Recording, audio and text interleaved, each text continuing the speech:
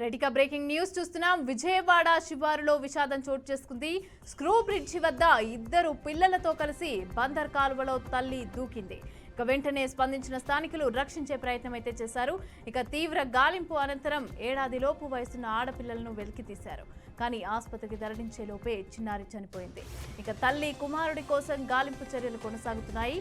విషయం తెలుసుకున్న పోలీసులు అధికారులు గజ ఈతగాళ్లు బోట్ల సహాయంతో చర్యలు చేపట్టారు.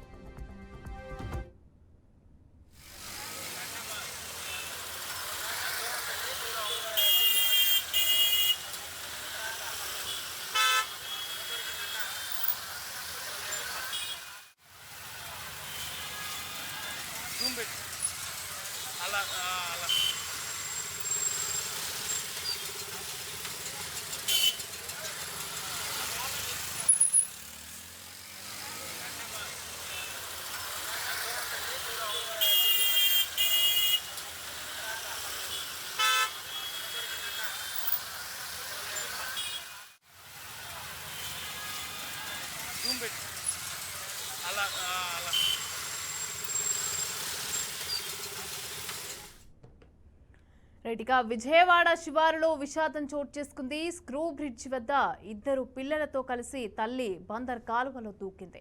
ఇక వెంటనే స్పందించిన స్థానికులు రక్షించే ప్రయత్నం చేశారు. తీవ్ర గాలింపు అనంతరం ఏడాదిలోపు వయసున్న ఆడపిల్లను వెలికితీశారు. కానీ ఆసుపత్రికి తరలించే లోపే చిన్నారి చనిపోయింది.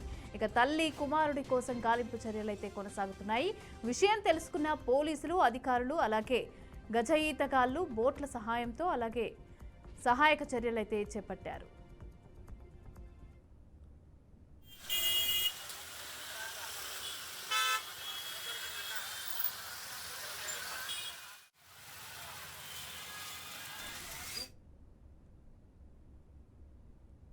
ఇక హైడ్రా చర్యలపైన తీవ్ర ఆగ్రహం వ్యక్తం చేశారు మాజీ మంత్రి హరీష్ రావు.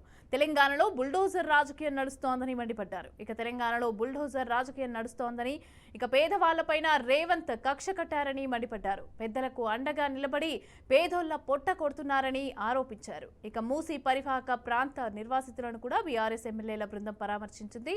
ఇక అధైర్య పడొద్దని అండగా ఉంటామని హామీ ఇచ్చింది.